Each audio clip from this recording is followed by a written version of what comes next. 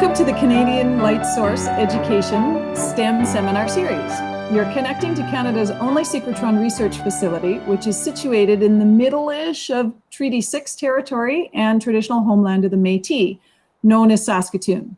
We would like to acknowledge that most of our education programs are funded, at least in part, through NSERC Promo Science, and that their flexibility has enabled us to develop ways to build online and virtual programs like this series.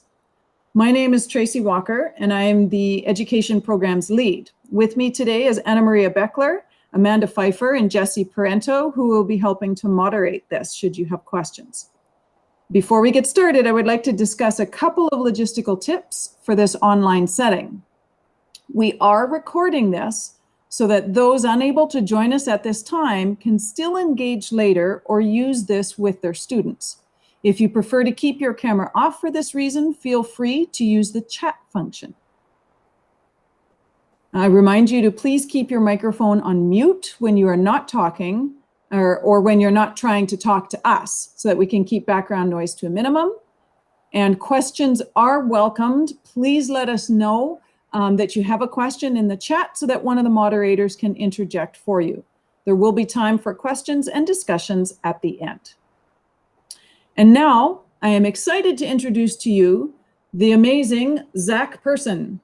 Zach started with c.l.s. as an undergraduate participant in our very first FYRE program, or first year research experience, within an environmental sciences class. He is now finishing up his master's degree working with that same professor, Colin Laroque. His journey has, lucky for us, brought him into several of our programs, working with high school students, teachers, future teachers, and other undergraduate students. In all of these projects, one of the most challenging things is figuring out what the data is saying. What's the story? He's here today to help us out with that. Over to you, Zach. Okay, everybody can see me and hear me good? I need verbal cues because I only have one screen. I do see you and I hear you clearly. Okay, good. So yeah, with that being said, if you have questions, just stop me in my tracks and interrupt because I can't see the other screen. But yeah, otherwise I guess we're good to go. So today I'm going to be talking about syncing into the data and just looking at different types of synchrotron data and the different trends and patterns in data and how to question it. As Tracy said, I'm Zach Pearson. I'm in my master's program. And I wanted to start out just by going back, way back, to how this all started. And as a kid, you'll see on the left that I was always like a dirty child playing outside in the mud. I was always super interested in what was going on in the soil and just digging around and playing in the sand and just getting dirty and being outside. And so that kind of continued on. I always played in the forest, and we always did a lot of fun stuff outside when I was a child. And in high school, which is a picture on the right, I took a class called Energy in Mines. And this actually really opened my eyes to the environmental field, which was awesome because it's where I am today. And I was fortunate enough to travel around Saskatchewan with a high school class and go to a potash mine and a coal mine, a coal-fired power plant, and a uranium mine. And it was eye-opening. I had never seen different types of mining and environmental impacts like that before. So it was just really piqued my interest. And I remember on one of the field trips, I looked out and I saw this giant coal mine, and it was just a huge hole in the ground. And I asked them, I was like, well, what do you do with this massive hole in the ground after you're done mining it?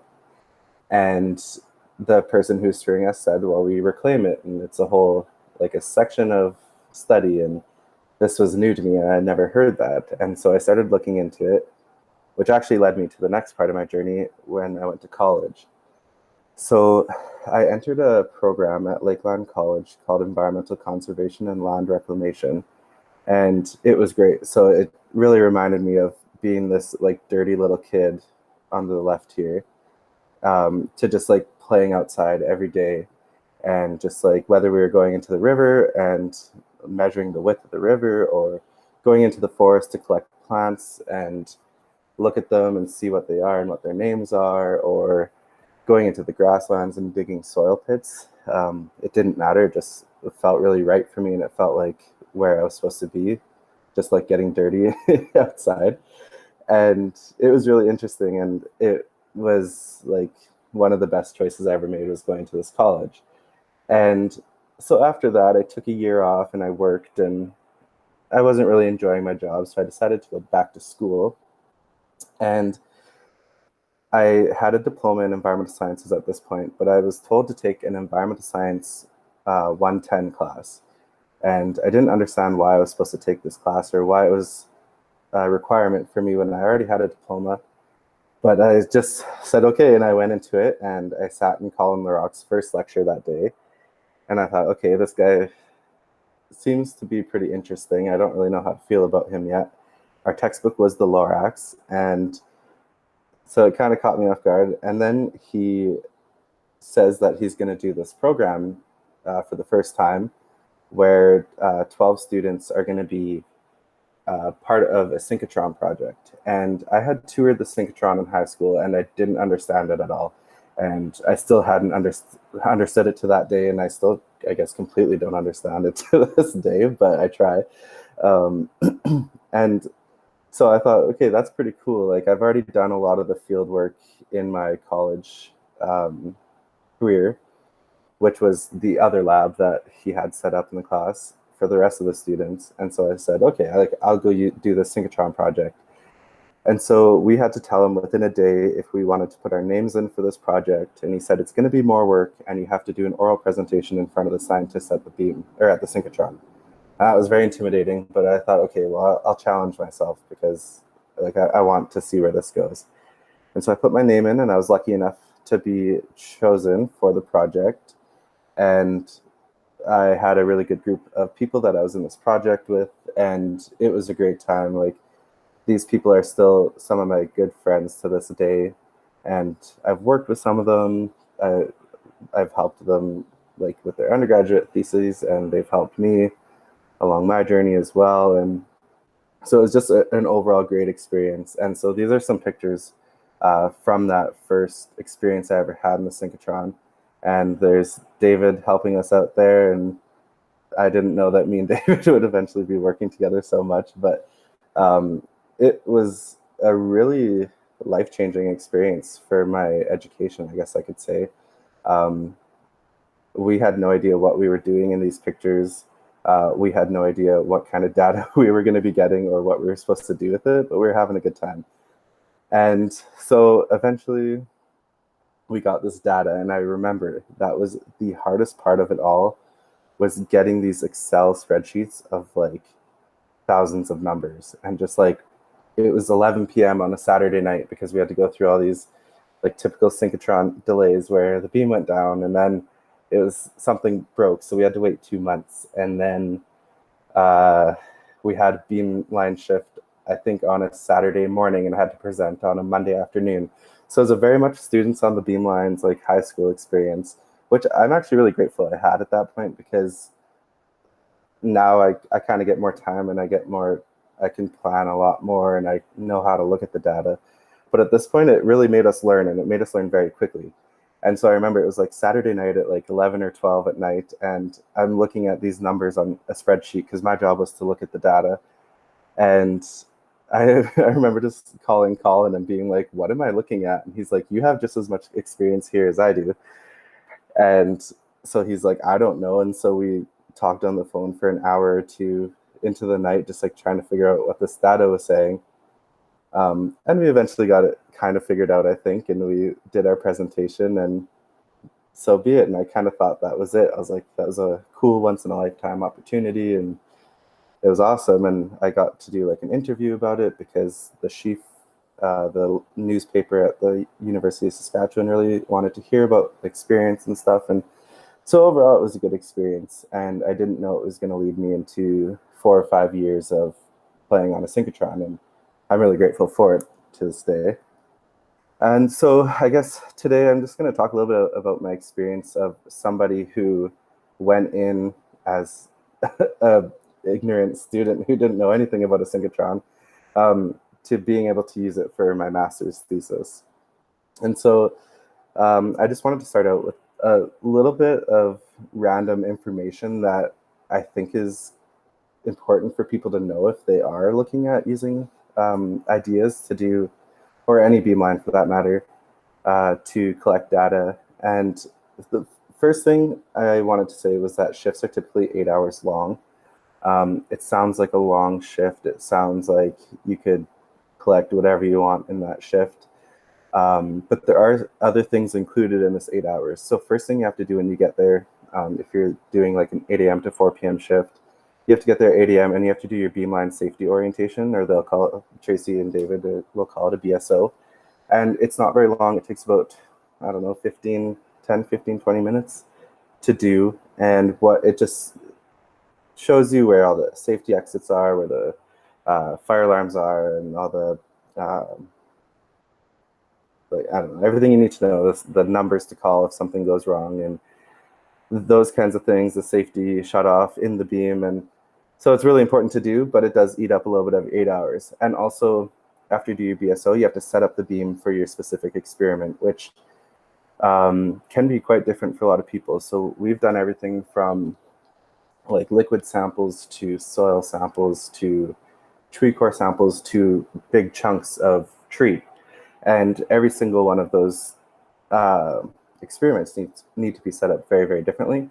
And so that does eat up some of your time too, because you have to figure out how you're going to put your samples into the end station on ideas, and how to set it up so that your detector is getting the best data that it can. So it's really important to have a lot of preparation, to talk to the beamline scientists ahead of time to say like what kind of samples you're going to be putting in, and so they can start thinking about how they're going to set it up with you. And yeah, so just prepare as much as possible. And then during your shift, there's two main types of data that somebody could collect, and that's X-ray fluorescence spectroscopy, or XRF, and X-ray absorption near edge structure, which is Zanes. And I'll go through those in more detail as the presentation goes. And just a little bit on beamline shift prep. So until you've really had a shift at the synchrotron, you don't really understand how crucial the prep is before you go in. Like when we went in for our first time in the FYRE project, we thought we had everything ready to go, and we had our plan of what we were going to scan, and you get in there and it changes minute by minute. And it's really fun and awesome, but at the same time, it can be really stressful, especially if your samples aren't prepped. So regardless what kind of samples you're using, it's really important to talk to the beamline scientist or the people that are going to help you at the synchrotron, and ask how you can be the most prepared you could be with your samples before you get there. So for example, we'll use soil samples, and it's important that we dry our soil samples and grind them down into a powder. And if we have access to a sample holder, get the sample holders filled and ready with the soil samples. That way, when you actually get to the c.l.s, you can start setting it up and just get going. Unless you're required to use a c.l.s lab, or you need to use one of their labs, then it's a little bit different.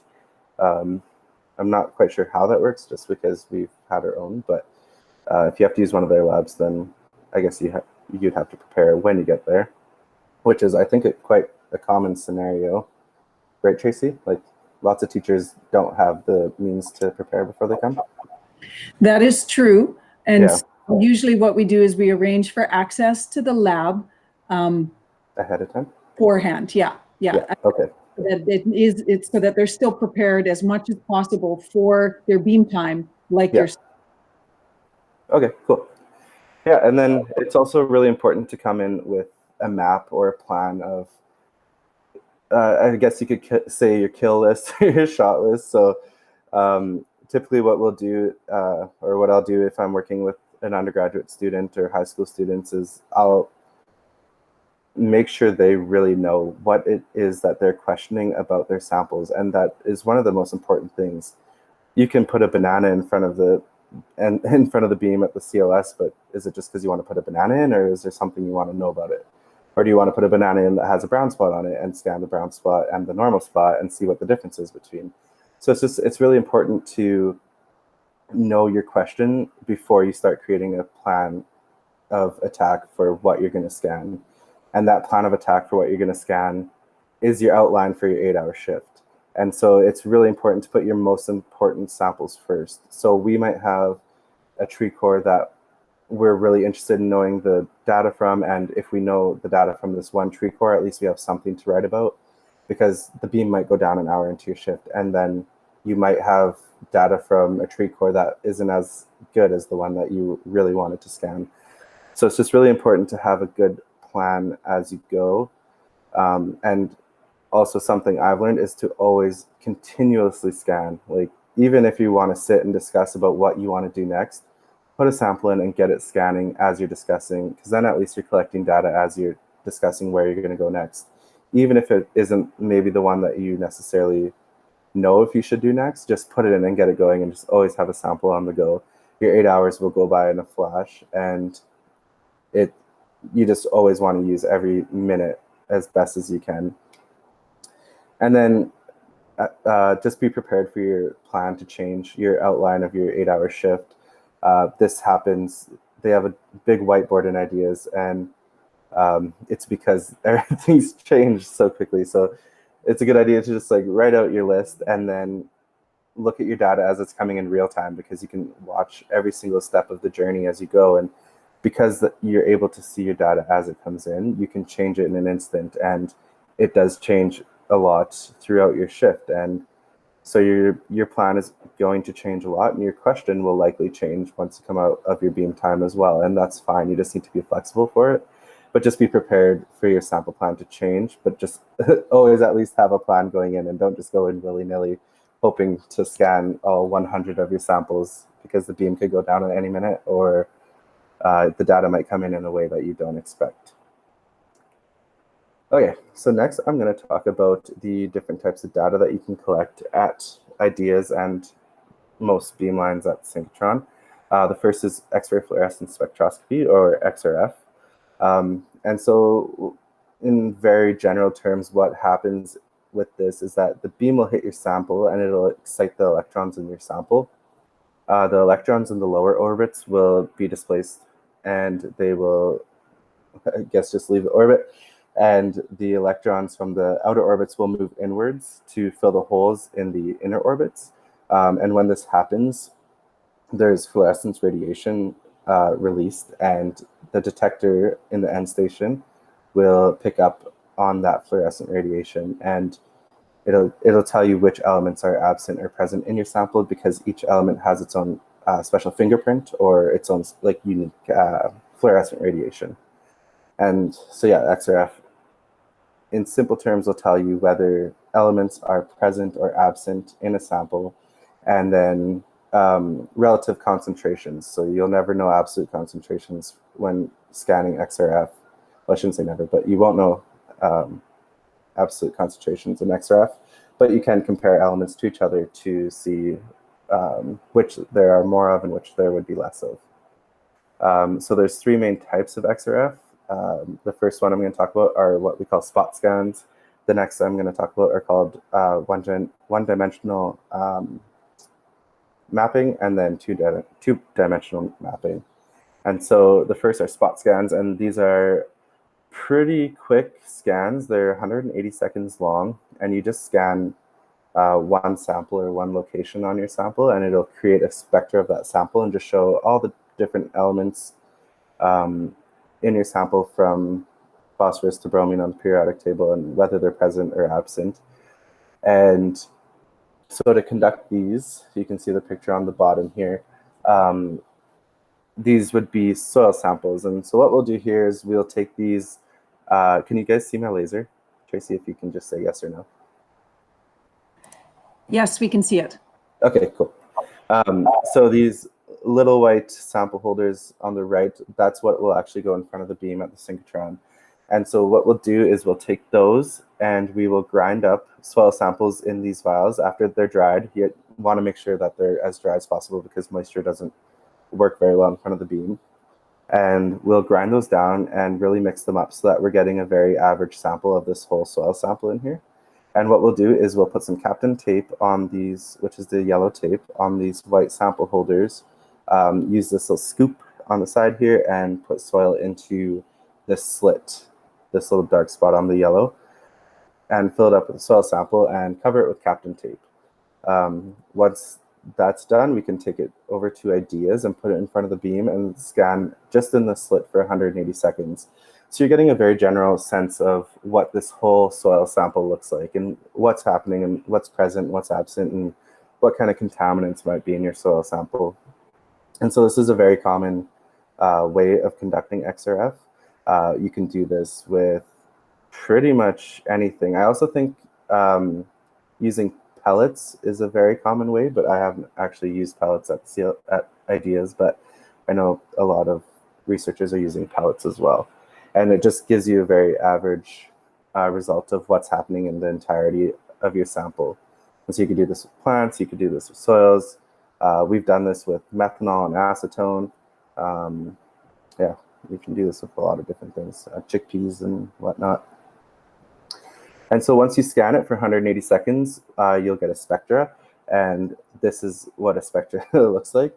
When I first saw one of these, I remember we were sitting in one of the meeting rooms at the c.l.s. and Tracy was examining our knowledge on chemistry. And I looked at this and I was like, I don't know what any of this means. These are numbers that mean nothing. But eventually you kind of get the hang of it. And so on the bottom here, we have energy in electron volts, which each element has its own specific energy. And so these numbers mean or can be translated into elements, which I'll show you in the next slide. And then normalized photon counts. So just how present are they? So not necessarily how much is in the sample, but how is it present? And if it is present, how present is it compared to the rest of the elements in the sample?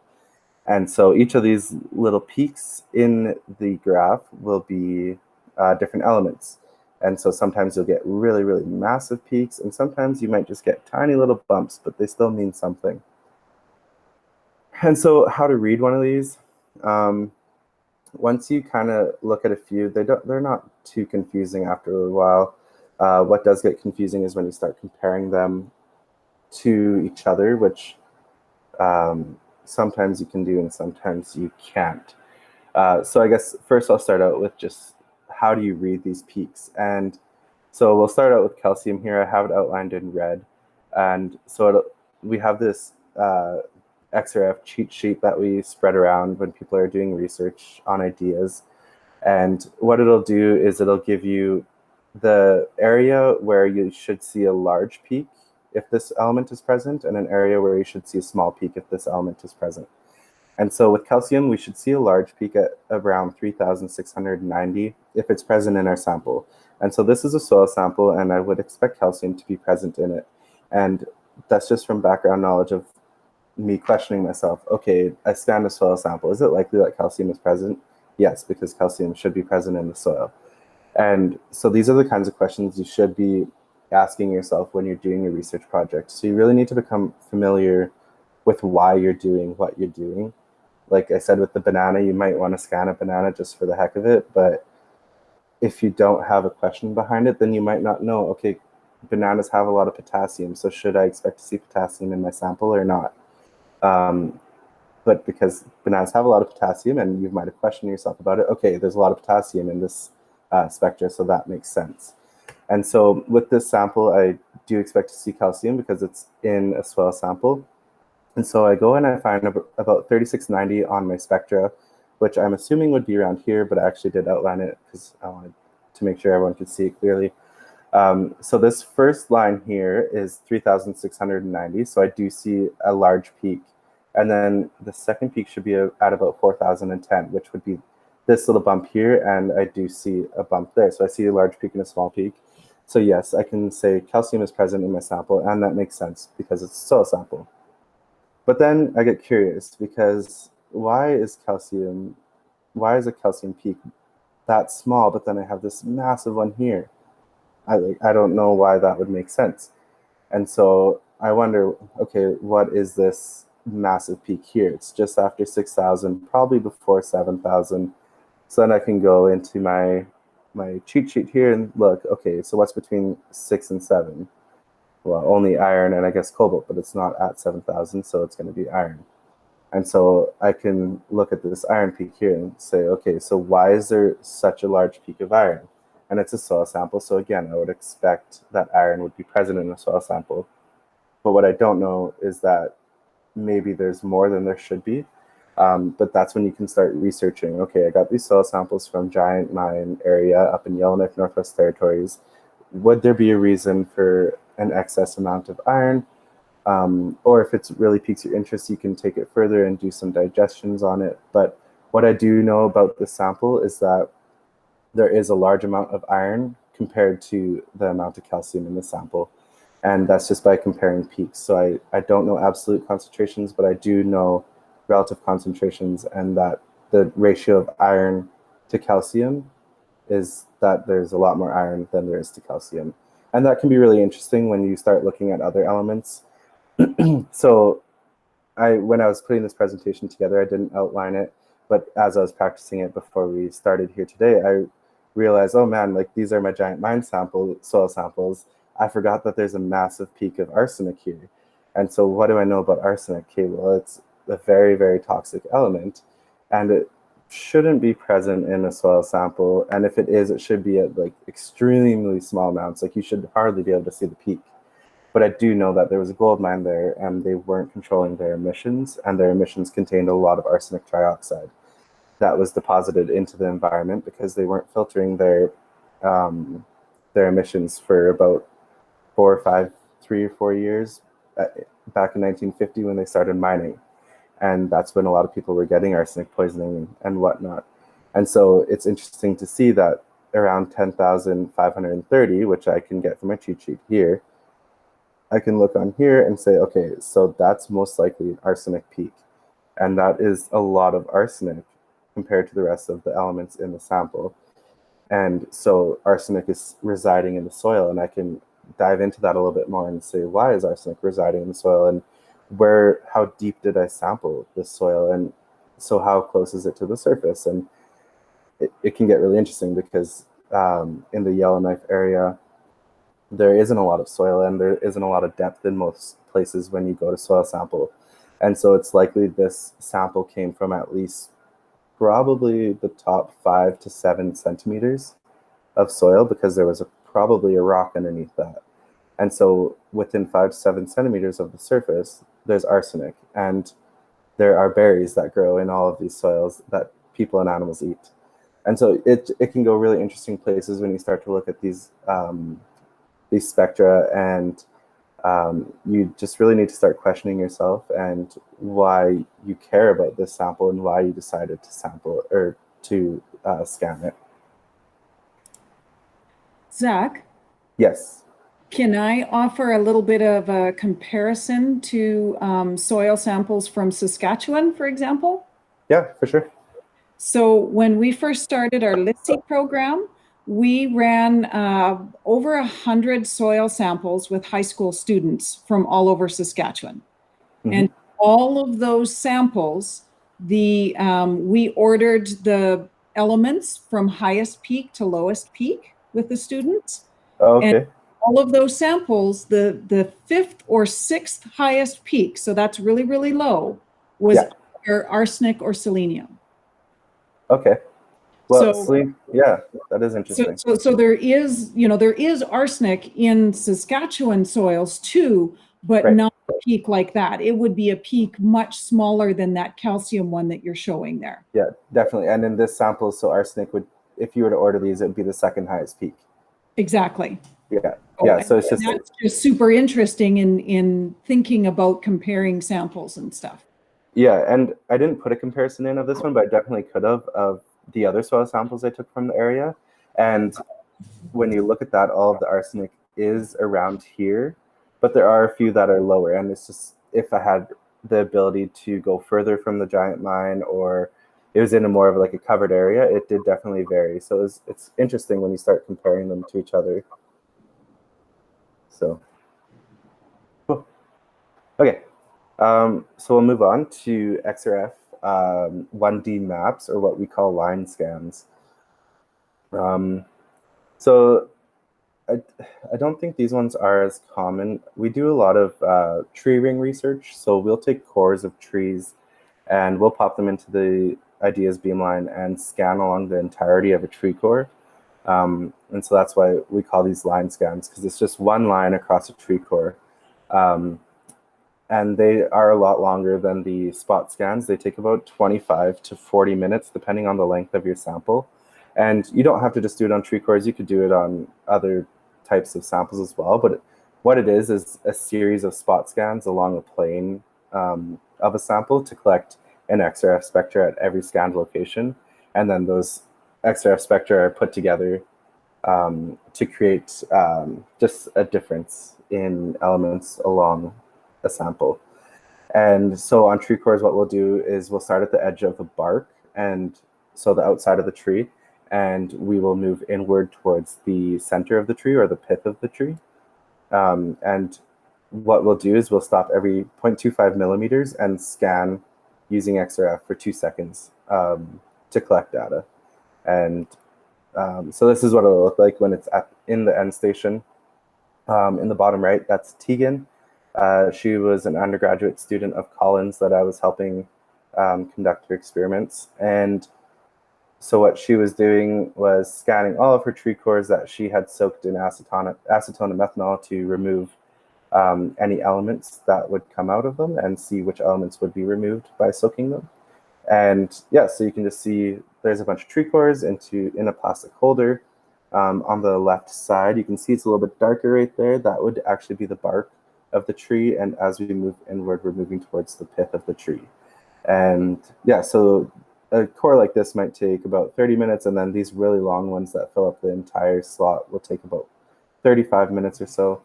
And so to collect all of these, it'll take almost the majority of a shift, or at least half the shift. On the left here, we have a different way of putting tree cores into the end station.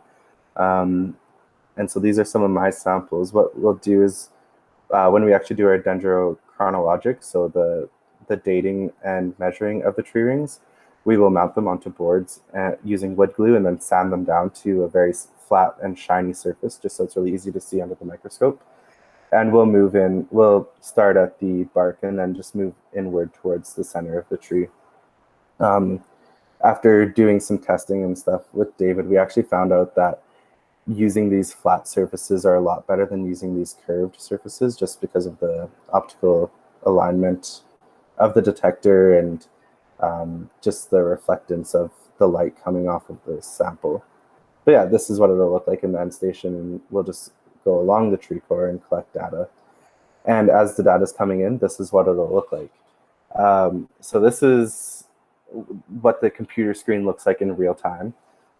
So this was an experiment we were doing with lead in horse chestnut trees from St. John's, Newfoundland. So this was actually for my undergraduate thesis. And we really wanted to see how lead changes throughout time using tree cores as a timeline. And this was one of the first experiments we ever did at the c.l.s. And it was so cool to just like sit, and it was slow, but you could watch the data come in and you see these little peaks and you're like, oh, like is something there? And then all of a sudden you see a peak like this and you're like, oh, we have lead in that section of the tree for about maybe 5 millimeters. And then, oh, no, there's no lead here. And then, oh, we have another 4 millimeter section where lead is present. And so this is what it looked like as it comes in. It's really cool because we start to question ourselves as we're sitting there. Okay, so these numbers aren't very clean to see, but I think we were using -65 as 0. So this would actually be the bark of the tree here. And moving inwards, okay, we see a spike in lead here. I wonder what years that is on our timeline. And I wonder what years those correspond to and what was happening in St. John's, Newfoundland at that time. And then again here, we wondered what was happening. And I think what we ended up finding out was that in this time period here, I don't remember exactly what years it related to, but there was a lot of leaded gasoline use at that time in St. John's. And that was really interesting to us. So we found out that the emissions from the cars were actually really impacting the trees, because the trees were storing this lead in them, in the actual structure of the tree. And so that we thought that was really cool. And then we kept on looking more into the data, and we started looking at bromine. And we just were going through all the different elements, seeing what each line scan looked like. And then we looked at bromine, and we noticed, okay, like there's 2 peaks here. Hey, those look very similar to what we just saw with lead. And so that was really cool. So we kind of put them together, and we're like, okay, so they're actually trending together. And so what we ended up doing was looking into what kind of lead contamination would come from leaded gasoline. And after doing some research, we found out that PBBR is actually something that could be a pollutant from leaded gasoline. And so we were able to do that by questioning why there would even be a peak here and a peak here in both lead and bromine, and then also again here. And so it's really interesting when you go in, just like knowing the background of your samples and knowing what happened during their growth, or I guess I'm used to using more environmental type samples. And so I can tell a lot of stories about the environment going on and when things happened, and when they happened, how they impacted the environment around them. And so this is what a sample will look like, or sorry, not a sample, a line scan will look like when it's plotted on Excel. So these are just pictures of the computer screen as the data was coming in real time. And then this is after getting the data and going home and just plotting it on Excel. So this is a tree core sample from the Yellowknife area that I used for my master's thesis. And this is obviously arsenic in the tree core, and 0 would be the bark, and 150 would be around the center of the tree. And what we can do here is just look at the changes in arsenic throughout time. And using these line scans, we actually started to create new directions in my research. And so we noticed that all of the samples had a really high amount of arsenic compared to the rest of the line scan. And not only with arsenic, most elements accumulated a lot of, most of the elements in the bark. And that really was interesting for me. So I started looking into like, why would there be more elements in the bark? It's not something that I'd ever really thought of before. And then I found out that the bark is actually the refuse section of the tree. So it's where a tree will deposit its waste, and it'll just reside in the bark. Or it could actually come from environmental pollution, so atmospheric pollution being absorbed into the bark of the tree. And so this was really interesting because this bark contamination of arsenic could come from many different ways. It could come from the atmospheric deposition from the stacks when the emissions weren't being controlled, or it could have been taken up by the tree and the waste could have been refused into the bark of the tree. And so it's just really interesting to take a look at the data and take your time looking at it, because it could steer your research in new directions as well. Also with this sample, I thought it was interesting that we saw a peak here, and it might not look like much of a peak when it comes to arsenic in a tree, any little peak like this could be something, just because there should actually be no arsenic in a tree. So when we do see it, there's something interesting to look in there. And so what I can actually do with this data is look at where it is location-wise on the tree core. So this is at about maybe 137 millimeters. And I can actually go back to my dendro data and look at what year that was on the tree core through my measurements. And I think I ended up determining that this was around 1950, like early 1950s, when they actually weren't controlling the emissions. And so there was some sort of uptake by the tree at this point, which I thought was really cool. And next is what I call the sexiest way of collecting XRF data. It's called 2D elemental mapping. And it's a series of line scans along the entirety of your sample. So for example, our tree core samples, where I was talking about we would just do one line scan, it's basically doing 10 line scans or so across the whole sample to get an entire image of your sample. And the reason I say it's the sexiest is because when you look at the way the data comes out here is very clear, whether an element is present or not, and not only whether an element is present or not, but also the shape of it and the hotspots of it. And this actually became a very, very important finding in my master's research.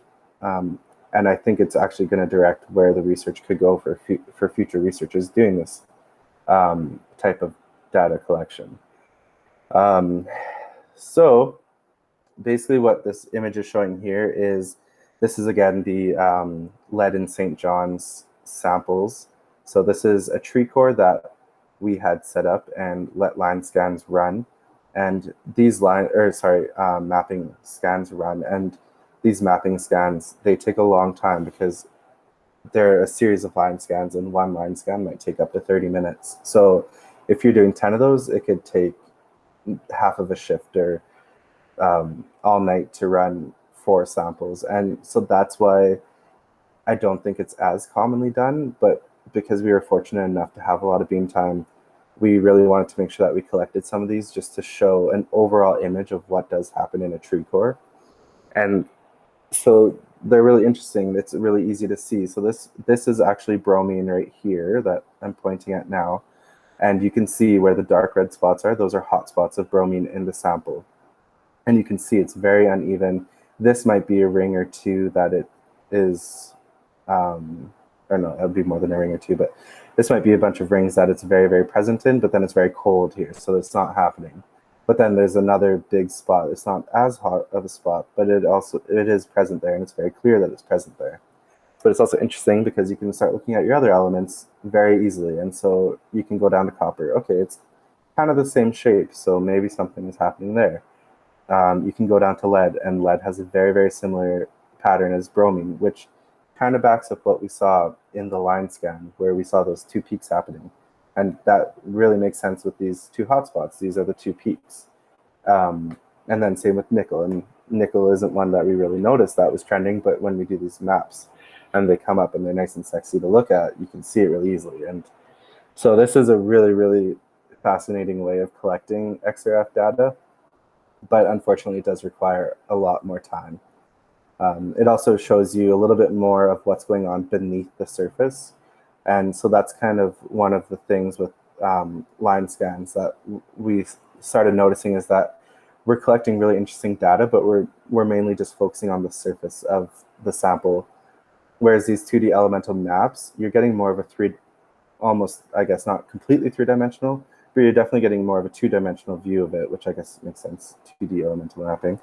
But you're getting a hotspot here, so maybe that goes a lot deeper than just the surface. And right here, the surface might not have any presence of bromine, but that doesn't mean beneath it there isn't. And so it's a really interesting way of looking at the data, and a very easy way to look at it compared to some plots that we do create. And then the second type of data that we can collect is called Zanes, which is X-ray absorption near edge structure. And so what we'll do is we'll calibrate the beam to a very specific energy range.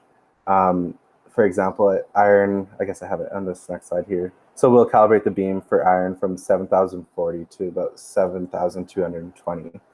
And what we'll do is we will bombard the sample with a bunch of light from the beam, and a curve will start to be created. And the shape of the curve will actually tell you what species, or the speciation of the element in your sample. So to conduct Zanes, you really have to be pretty certain on what element you want to determine the speciation of, because you do have to calibrate it for only one element compared to XRF that'll scan 14 elements. Zanes will only scan 1 at a time, and it takes a bit of time to set up Zanes for each element. So typically what we'll suggest is for students to just conduct a bunch of XRF until they feel like they've collected enough XRF that they have a storage tell. And then if they have one element that is really, really interesting to them that they can't figure out what's going on, and they are starting to question it, we will suggest maybe they do Zanes, and it'll tell them the speciation of the element, which can provide a lot of clarity in what is happening with the sample. Each element has different species, and they can determine whether it's a very stable type of the element or if it's like a very unstable or toxic type of the element. And so Zanes is very interesting that way because it can tie up some of your story. And so this is what the plotted data will look like with Zanes. So on the bottom axis, you have your energy and EV. Because this is for iron, this is the energy from only 7,040 to 7,220. And on the vertical axis, we have normalized absorbance. So that's just the amount of, well, I shouldn't actually try to go into explaining it because I'm not as familiar with Zanes as I am with XRF. But anyways, what I do know is that when we go to calibrate the beam, or when David goes to calibrate the beam, he'll use a metallic foil of that element to calibrate it. So for example, he was using a metallic iron foil to calibrate the beam. And so with the purple line, that is what the foil curve looks like. And so this purple line here is the metallic iron. So what we do know is that the speciation of that sample is a metallic iron. And that's a very definitive and known standard to compare our results to. And so what the green line is one of our tree core samples that we decided to conduct Zanes on, because we were seeing a lot of iron, as you guys saw, and we weren't sure if the iron was coming from the environment or potentially from tool transfer from the tree core we used to collect the samples. And so this is why we wanted to conduct Zanes on it, to see if iron was happening in the sample or if iron was due to external factors. And so typically what you'll do is you'll collect your Zanes, and then it's really easy. You can just Google different Zanes curves for different elements. I think all elements have been researched quite widely, and not all of the curves, but curves for the species of each element are out there on the internet. And so what I would do after collecting this data is I would Google iron Zanes curves, and start comparing my green line to different curves that others have researched in the past. Interesting with this one, we didn't really find a curve that matched this curve that we had found. So we just started looking into it and questioning ourselves what we could find out of it. And so we did notice there's a little bump here, tiny little bump right before 7120. And we also saw that the actual metallic sample itself has a bump here, and we do know that's metallic iron. So we thought, okay, maybe there is a little bit of metallic iron coming up in our sample, so a little bit of tool transfer. And so we start looking at the other curves. So then we see the metallic curve actually has like a little bit more of a bump up here, whereas our green curve does not have a bump there at all. So we know that it's not probably just metallic iron. And then once we get down here, there's a huge valley here where the metallic iron is actually peaking. So we know for sure, okay, this is not only metallic iron, but there could be a little bit of metallic iron in it, along with a non-metallic type of iron. And that's very common with Zanes, that you'll find out your sample has more than one species of the element within it. And I think that's about it. Questions and discussion.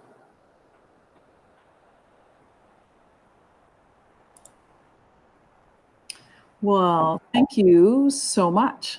Yeah. You guys look like you're having a blast in that picture. So this was our very first time in the working on the synchrotron. So Ben, Jessica, and I were volunteering for Colin at like 2 a.m. And this was actually the lead research project that we were doing. And we had no idea what we were doing. And I think Jessica at that point had just said, we're natural born scientists. And then we all laughed really hard, and then Colin took a picture. So we have a lot of fun when we're there. Like, we just goof around and get our science done, and it's a good time. I have a lot of fun. Okay. Well, if you stop sharing your screen, then that will allow you to see some of the participants if we're willing to turn our cameras back on. And that way too, people can ask some questions.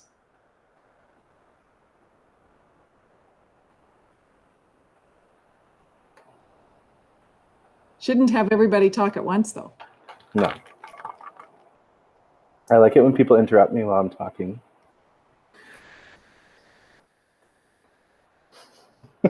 No questions. That's really good or really bad? Probably a little bit of both.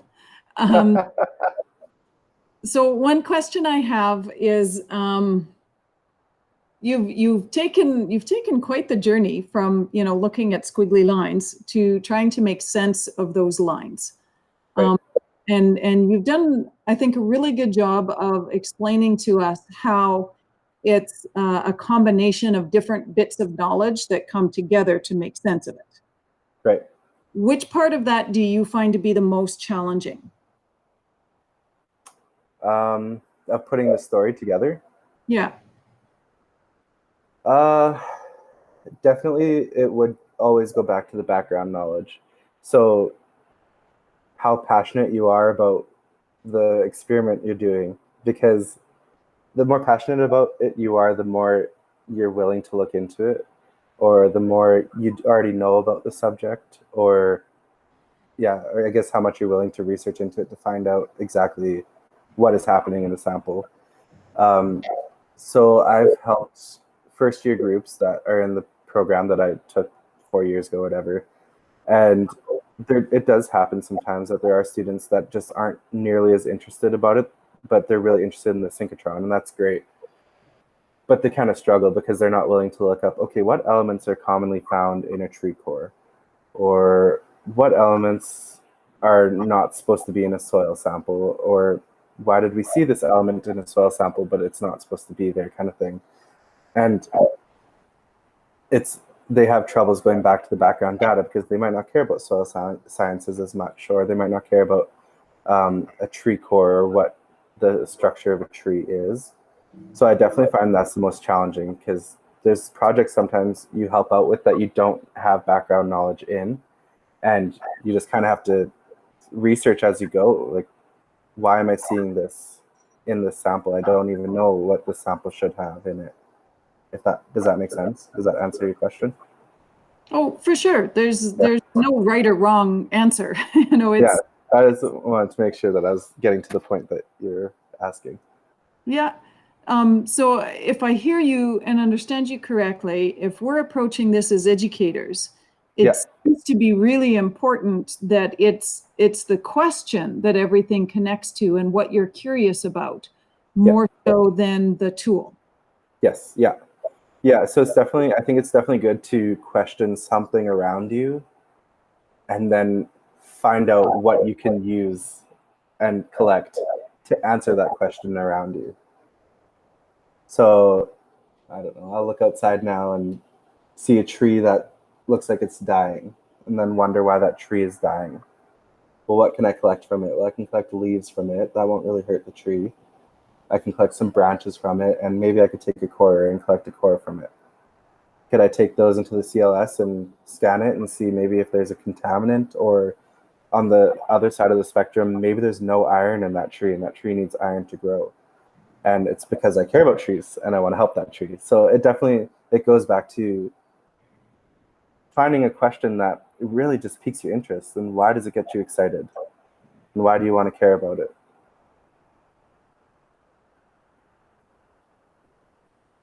Cool.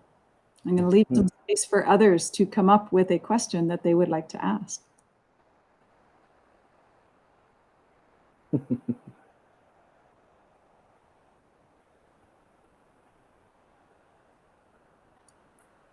David, I'm going to pick on you as the Beamline scientist and a person on Zach's committee.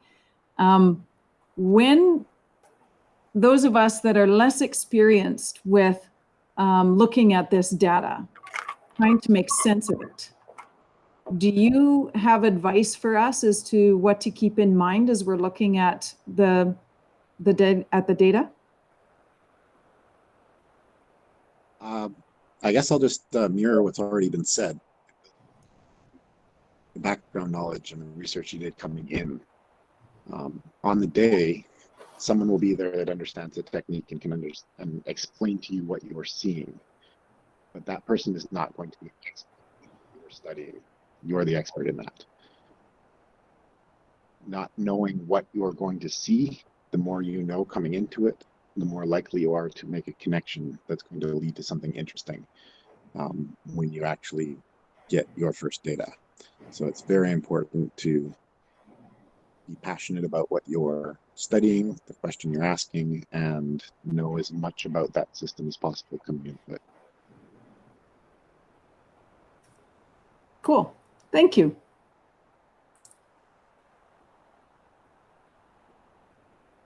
Anybody else?